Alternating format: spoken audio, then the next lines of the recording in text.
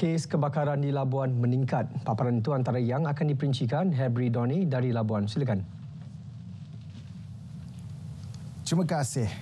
Ia dapat disaksikan apabila kes kebakaran merekodkan sebanyak 162 laporan setakat tahun ini berbanding 132 laporan sepanjang tahun lepas.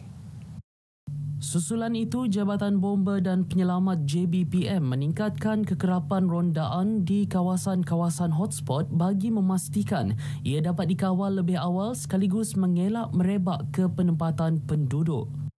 Kecuaian manusia dan juga melibatkan alam sekitar tersebutlah. Sama ada perkara terbuka tersebut melibatkan mungkin dari segi pertanian, ataupun peladangan ataupun pengindustrian. Mungkin banyak longgokan-longgokan sampah yang dibakar.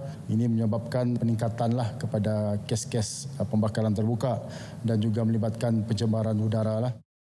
Orang ramai juga dinasihat agar tidak melakukan pembakaran terbuka sewenang-wenangnya khususnya sepanjang musim El Nino. Mereka yang berdegil bakal berdepan tindakan tegas mengikut Akta Kualiti Alam Sekeliling 1974 Seksyen 29(A) dan 29(B) yang memperuntukkan denda maksimum RM5,000 atau penjara 5 tahun atau kedua-duanya sekali. Dalam pada itu, bagi memastikan kesiapsiagaan anggota JBPM, cuti dikurangkan kepada 30% demi bersedia sebarang kemungkinan yang di luar jangka.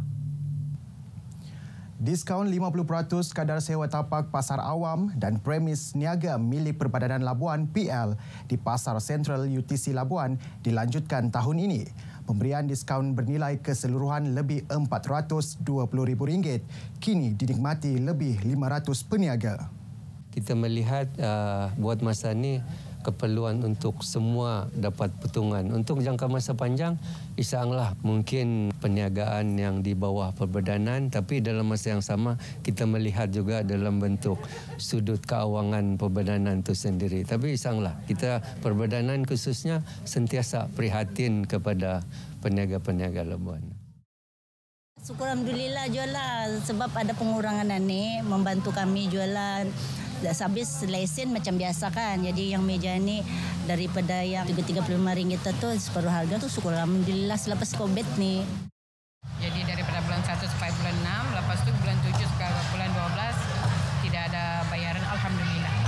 Membantulah kepada kami yang sekarang berniaga ni macam susah sedikit lah. Dan juga kami seterusnya puas hatilah mendengar apa yang diterangkan tadi kan. Syukur Alhamdulillah.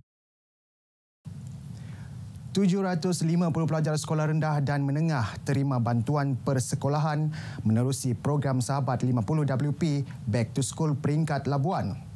Bantuan diberikan berupa wang tunai RM100 melibatkan pelajar yang kurang berkemampuan.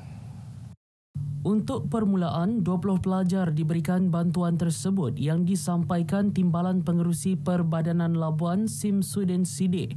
Bakinya akan disalurkan secara berperingkat secepat mungkin. Dana bantuan melibatkan peruntukan keseluruhan bernilai RM75,000 dengan RM50,000 daripada Jabatan Wilayah Persekutuan menerusi pemberian khas, manakala bakinya daripada peruntukan Yayasan Wilayah Persekutuan yang disalurkan menerusi Pusat Pungutan Zakat PPZ. Simsudin menerusi ucapannya berharap bantuan wang tunai tersebut dapat diperluas kepada ramai lagi pelajar daripada keluarga berpendapatan rendah pada masa akan datang. Ini pula mengenai Bazar Ramadan. Usaha pelaksanaan dilihat dapat memberi limpahan ekonomi kepada peniaga tempatan, khususnya umat Islam. Bukan itu sahaja, keunikan kepelbagaian cuaca di bazar turut menarik kedatangan pelanggan bukan Islam. Menerusi tinjauan RTM Labuan mendapati lokasi bazar yang strategik berhampiran dataran Labuan memudahkan orang ramai untuk datang ke bazar berkenaan. Ruang dataran ini juga digunakan sebagai ruang bersantai sementara menunggu waktu berbuka puasa. Kita dapat tengok vibes dia sangat menarik, terutamanya bila pergi ke Bazar Ramadan di Labuan Walk ini bersama dengan kawan-kawan yang beragama Islam. Keterujaan dia untuk mencari makanan dan minuman itu sangat best. Seterusnya kita dapat lihat ramai sangat orang di sini, terutamanya bila ingin berbuka puasa nanti. Lokasi Bazar Labuan Wok ini sangat berdekatan dengan dataran Labuan lah. Dataran Labuan ni memang dikenali tempat untuk orang berbuka puasa bagi rakyat Labuan sini. Sangat meriah, sangat ramai orang dan terdapat juga pelbagai program yang disediakan daripada pihak Perbadanan Labuan seperti ceramah daripada Ustaz Jemputan.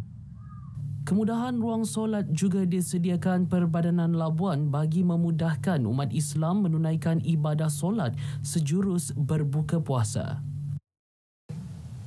Baik, paparan itu mengakhiri lintas langsung dari Labuan, dari sungai ke segara, Palestin pasti merdeka. Salam sejahtera, salam Malaysia Madani. Kembali ke Angkasa Puri, Kota Media.